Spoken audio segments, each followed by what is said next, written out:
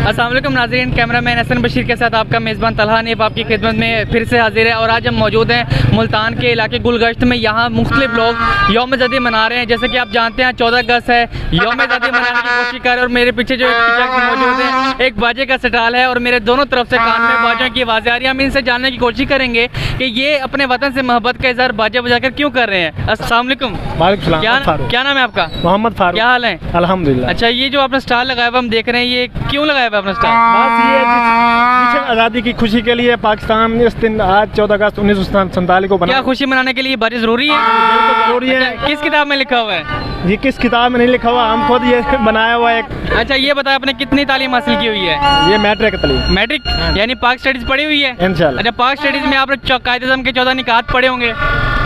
कायदे-ए-आज़म के 14 निकात पढ़े ना? पढ़े। तो उन 14 निकात में कहीं ये लिखा हुआ था कि पाकिस्तान के यौम आज़ादी पर बाजे ऐसे पाँ पाँ बजाएंगे?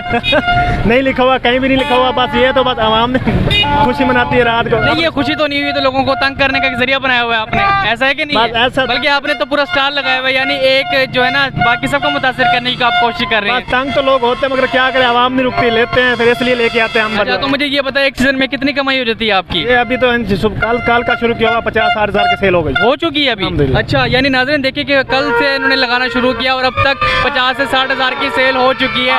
चारों तरफ से मेरे बाजे बजने की आवाज़ें आ रही है और ये देखिए पाकिस्तान से सच्ची मोहब्बत का इज़हार किया जा रहा है। हम मुख्तलिफ लोगों से बात करने की कोशिश करेंगे और जानेंगे कि वो अपनी मोहब्बत का इज़हार किस तरह कर सकते। जी भाई, आप बताइए, आपका नाम क्या है? गुलाम मुस्तफा। क्या हाल है, खैरी से? ये स्टाल लेने पे स्टाल लगाया हुआ आपने, ये चीज़ें लेने के लिए आए हुए हैं? सर जी हमने स्टाल लगाया हुआ है। लगाया हुआ है, क्या क्या चीज़ें लगाई हुई हैं अपने स्टाल पे? बाजी हैं, छोटे हैं, बड़े हैं, बच्चों के लिए जो बाजे लगाए हुए सारे। जी। बाजे क्यों जरूरी है? बाजे क्या जश्न आज़ादी मनाने के लिए बाजे जरूरी है? जश्न आज़ादी मनाने के लिए नहीं है जी, हम अपने शौक से बेचते हैं। शौक? ये ऐसे कैसे शौक है? कहीं भी किसी किताब में लिखा हुआ है शौक? किताब में नहीं लिखा हुआ। फिर कहाँ लिखा हुआ है? बस ये बच्चे अपने बजाने के लिए। यहाँ दिन जैसे देख सकते हैं कि मेरे पीछे कुछ बच्चे भी मौजूद है, ये भी वतन से अपनी मोहब्बत का इजहार करते दिखाई दे रहे हैं। हर जगह पूरे शहर में, पूरे मुल्क में बाजे बज रहे हैं और इस वक्त में मुझे लगता है शायद आप मेरी आवाज़ भी सुनने से कासिर होंगे।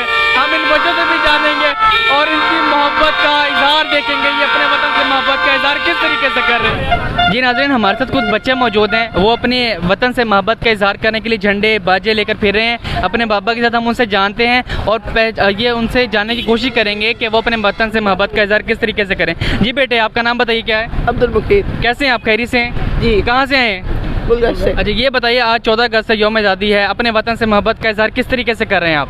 बाजे लेके, झंडियाँ लेके हम तैयार हुए हैं। अच्छा, कायदे-ए-आज़म के 14 निकात हाँ जी। कहाँ, कौन सी क्लास से पढ़ रहे हैं आप? 7। अच्छा, मुझे ये बताएं कि कायदे-ए-आज़म 14 निकात पेश किए हैं, उसमें कहीं ये लिखा हुआ है कि यौम आज़ादी के दिन आप वतन से मोहब्बत बाजे बजाकर करें? नहीं। सर, बच्चों के वालिद भी मौजूद हैं, हम उनसे बात करेंगे और जानेंगे कि वो अपने वतन से मोहब्बत का इजहार किस तरीके से करें। अस्सलाम वालेकुम। बच्चों के साथ हैं, बच्चे जिस तरह खुश हैं वैसे हम खुश हैं। अच्छा, हमें ये बताइए कि आज यौम आज़ादी है, क्या पैगाम देना चाहेंगे लोगों को कि अपने वतन से मोहब्बत का इजहार हमें किस तरीके से करना चाहिए? खुश रहें और अपने हमसाओं को भी खुश रखें, सबको खुश रखें। जी नाज़रीन, बहुत अच्छा पैगाम दिया कि खुद भी खुश रहें और अपने हमसायों को भी बहुत खुश रखें। लेकिन यहाँ कुछ लोग हमारे साथ मौजूद हैं जो एक इतना बड़ा स्टॉल लगाया हुआ है, ये बाजों का जो स्टाइल लगाया हुआ है, इस तरह कोई भी हमसाया खुश नहीं रह सकता।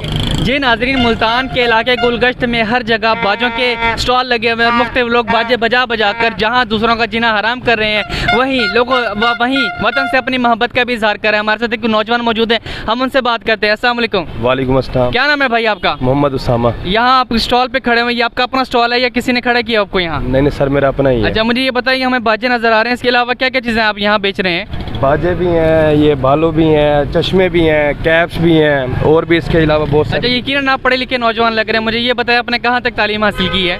सर मैंने मैट्रिक की। माशाल्लाह, मैट्रिक की है, तो इसका मतलब है कि आपने पाक स्टडीज़ भी पढ़ी होगी?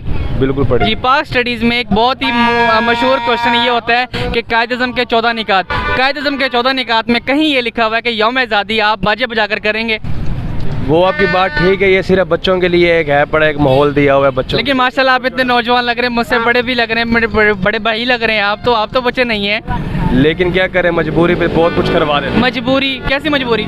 मजबूरी ये है कि चलो बच्चे भी खेल लेंगे, हम भी खेल लेंगे इनके साथ। अच्छा, बच्चों का तो ठीक है, आप कैसे खेलेंगे बाजों से? ये खेल रहे हैं, ये देखें।